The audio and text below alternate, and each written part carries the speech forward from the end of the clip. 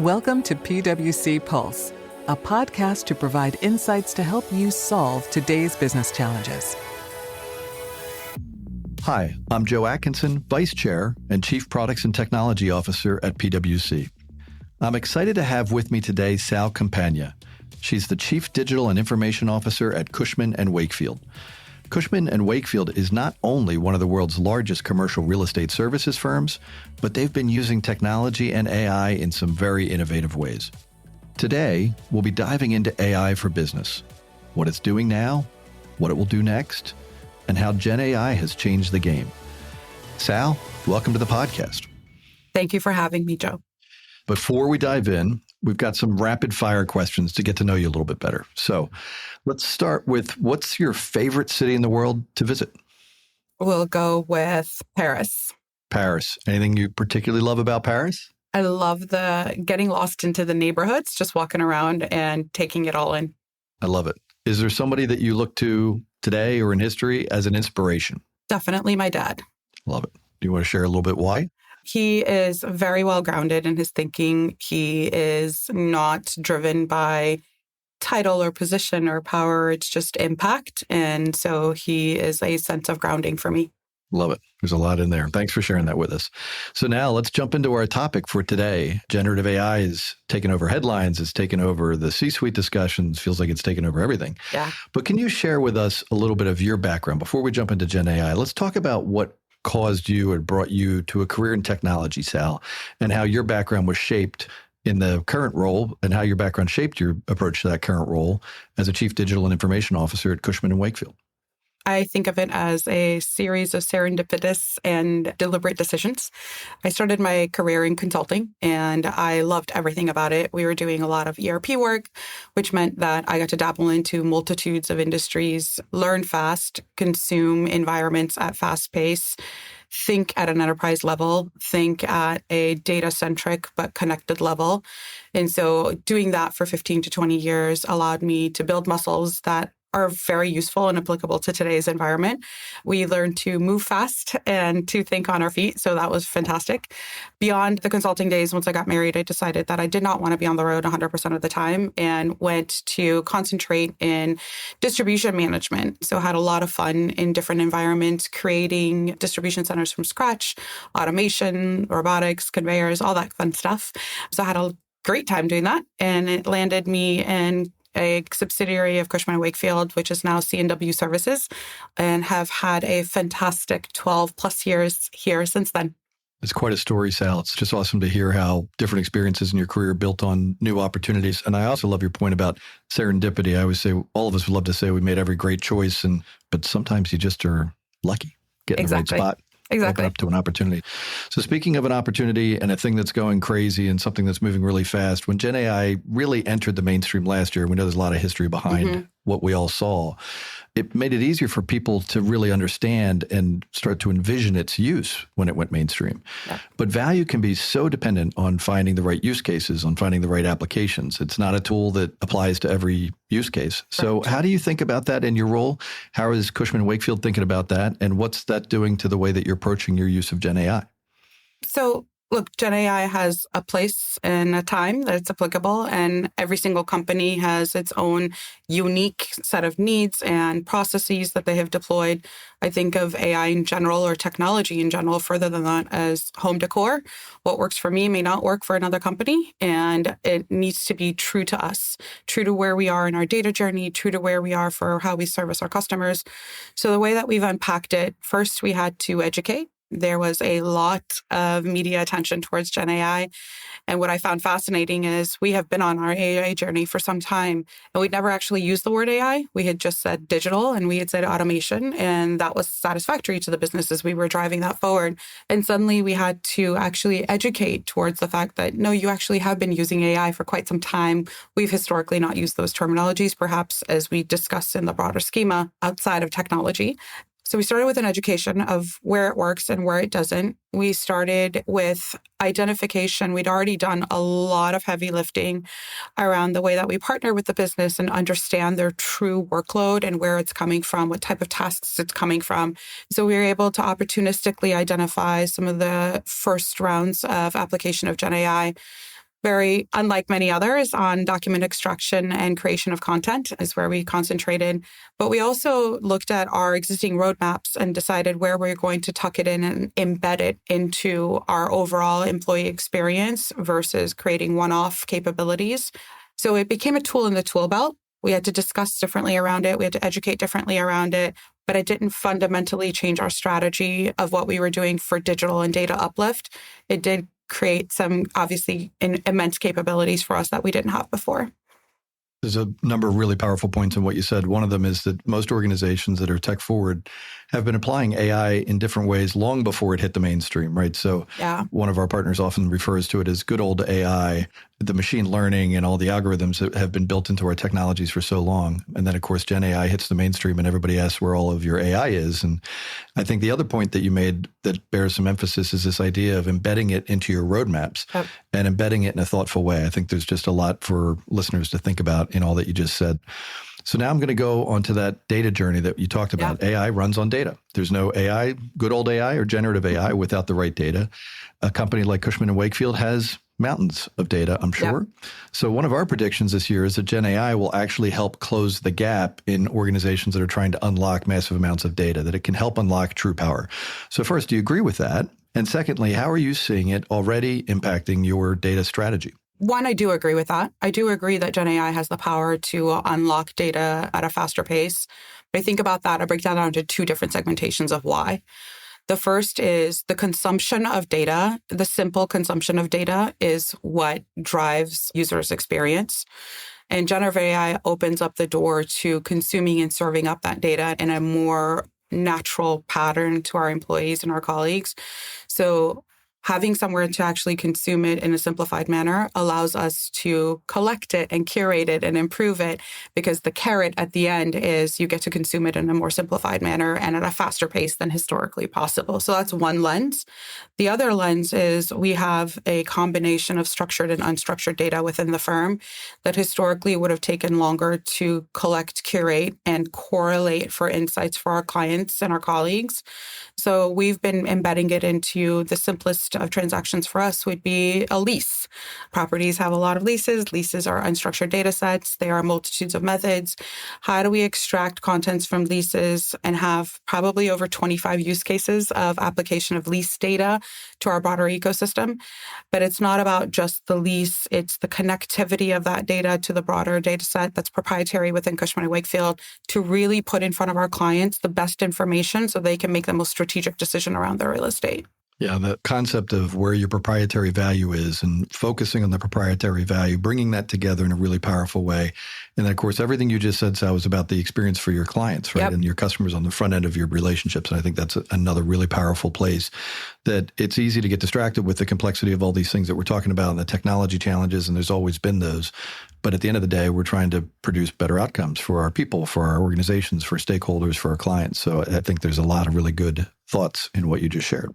So let's talk about stakeholders for a second. PwC, we have our clients, of course.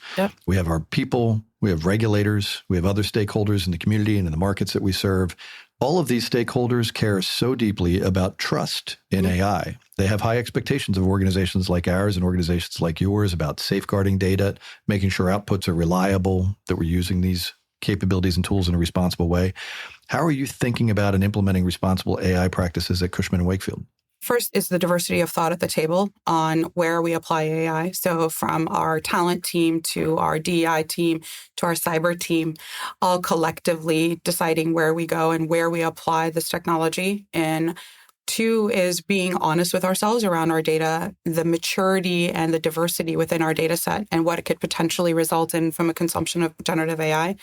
At the end of the day, I'm stewards of our clients' data, and I take that very seriously. We're in a lot of different segmentations, inclusive of financial services, and we hold ourselves to the rigor of cyber and data utilization for our financial services organizations.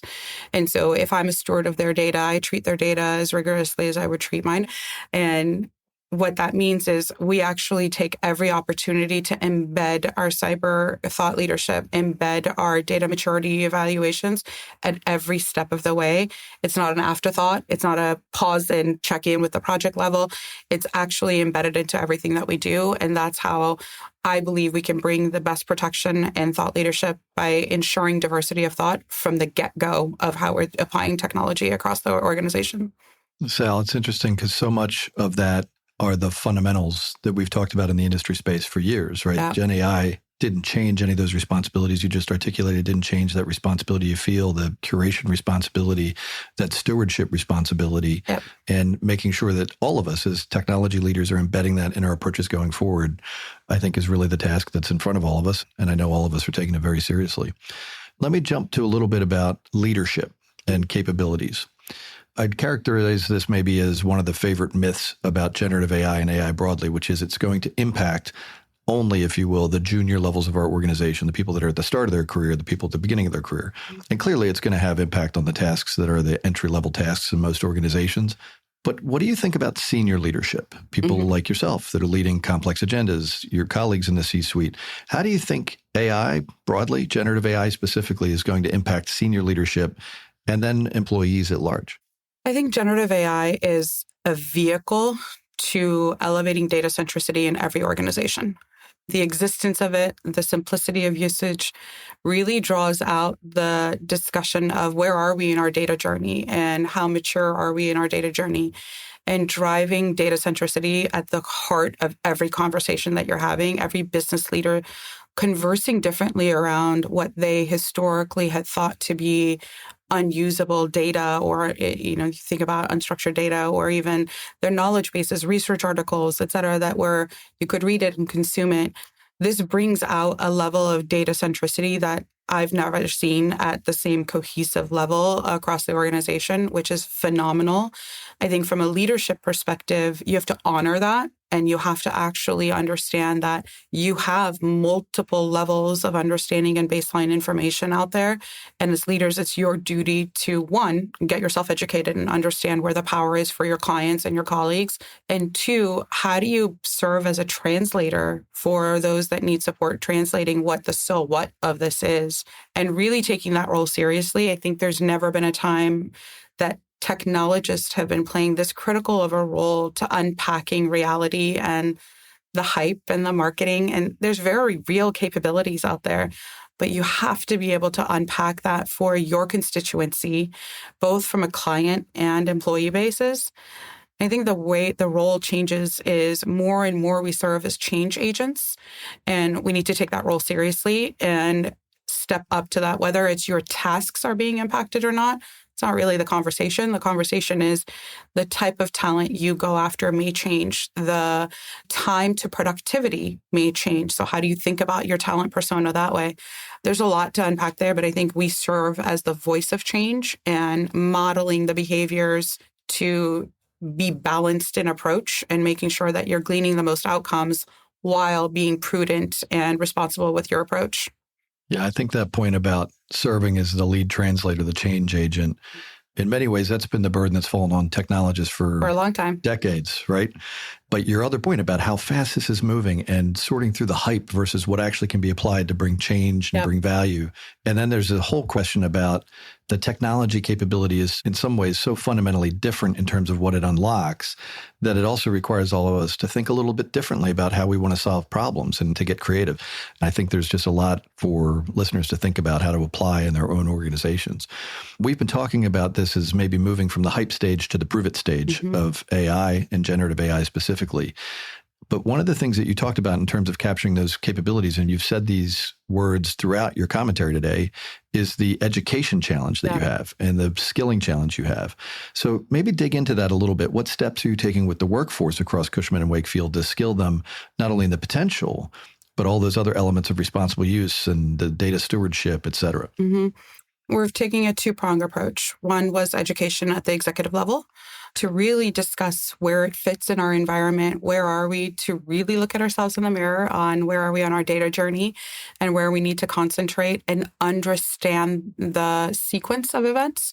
So understanding that while consumption through a particular data set through generative AI is on the next step, we really, in order to unlock that power, have to do the real work, which is in the data side, and being okay with that. So that's one side of it. The second side of it is through our employee population, and we are going to be on a journey. We're about 1.5 years into being more product-oriented than project-oriented as an organization, which means historically the toolkits, the methodologies, the mediums we would use to train, they may not apply here. They may not scale with us. And so we're partnering with our talent team to reimagine the way we actually educate. And what I find fascinating about Gen AI, the education is actually this distributed education as people are using it and having their aha moments of how they glean benefit from the data or how they reshaped a story or narrative for a client to make the best outcome. And how do we capture those to then educate? It's almost like crowdsourcing of those aha moments. And how do we create an environment where that can penetrate the most of our colleagues and really, really make an impactful outcome for our clients? So there's a lot of work we have to do in this space. I will not pretend like we've got it figured out, but we have a multi-pronged approach. Yeah, I think there's all of us working through how to really scale up that learning, that insight. Yeah. In a lot of ways, it is one of the more fun parts of the job, though, as you watch people discover capability and build capability and really change their careers as they open themselves up to what these skills can mean and what these technologies can unlock. So, Sal, we have this wonderful tradition. We ask you these big picture predictive questions. The good news is I'm not aware of anybody that goes back and checks whether or not we get these predictions right. But let's go big picture. What are the biggest changes you think we'll see on, I won't take you to a long-term horizon, let's say about 3 years, when companies are maybe much further along, even fully harnessing the potential of the current AI capabilities? I would say my dream is that we open up doors to talent that historically may not have had an opportunity within certain industries because we're toolkitting them and enabling them differently. And with the consumption of both the data and the generative AI capabilities, we're making them productive faster. And in an industry where there's a high component of transactional, fee-earning work, it excites me to create an opportunity for others to enter a fascinating industry like ours. And furthermore, I think it opens the door to organizations just operating differently. And we actually drop every deck from every organization and we're just looking at data and we're not talking about PowerPoint. So maybe just within our career point, we will be in organizations that have absolutely no PowerPoint to tell a data story. So that's what I would love to predict. I love what you said on building people up. All this conversation we're having about generative AI and job disruption and task disruption, it's real. That will happen. But the opportunity that it unlocks, the ability for our organizations to use this great lever to unlock more opportunity, to bring more people into the organization, to help skill people up and create opportunities that perhaps they might not have been able to achieve otherwise, because these tools help them bridge those learning gaps, those access gaps, all the things that we've all been trying to work on for so many years. Sal, it's been an absolute pleasure having you join us today. And it's always a great pleasure to hear somebody with such deep real-world experience and the amazing career that you've had. Particularly exciting to hear how Cushman Wakefield is innovating around AI and how you're thinking about that and pressing the envelope. So eager to continue the conversation. As you said, we're all continuing to work to a great destination. But thanks so much for spending the time with us today, for sharing a few ideas on how we can get that concrete value out of AI and what the future looks like. And we'll come back and check your predictions in a little while. Thank you so much for having me. And to our listeners, thank you for joining us on this episode of PwC Pulse. Please share this episode with others who might be interested in the topic. Thank you for joining us on the PwC Pulse podcast. Subscribe to PwC Pulse wherever you listen to your podcasts or visit pwc.com/pulse podcast to hear our next episodes. This podcast is brought to you by PwC, all rights reserved. PwC refers to the U.S. member firm or one of its subsidiaries or affiliates and may sometimes refer to the PwC network. Each member firm is a separate legal entity. Please see www.pwc.com/structure for further details. This podcast is for general information purposes only and should not be used as a substitute for consultation with professional advisors.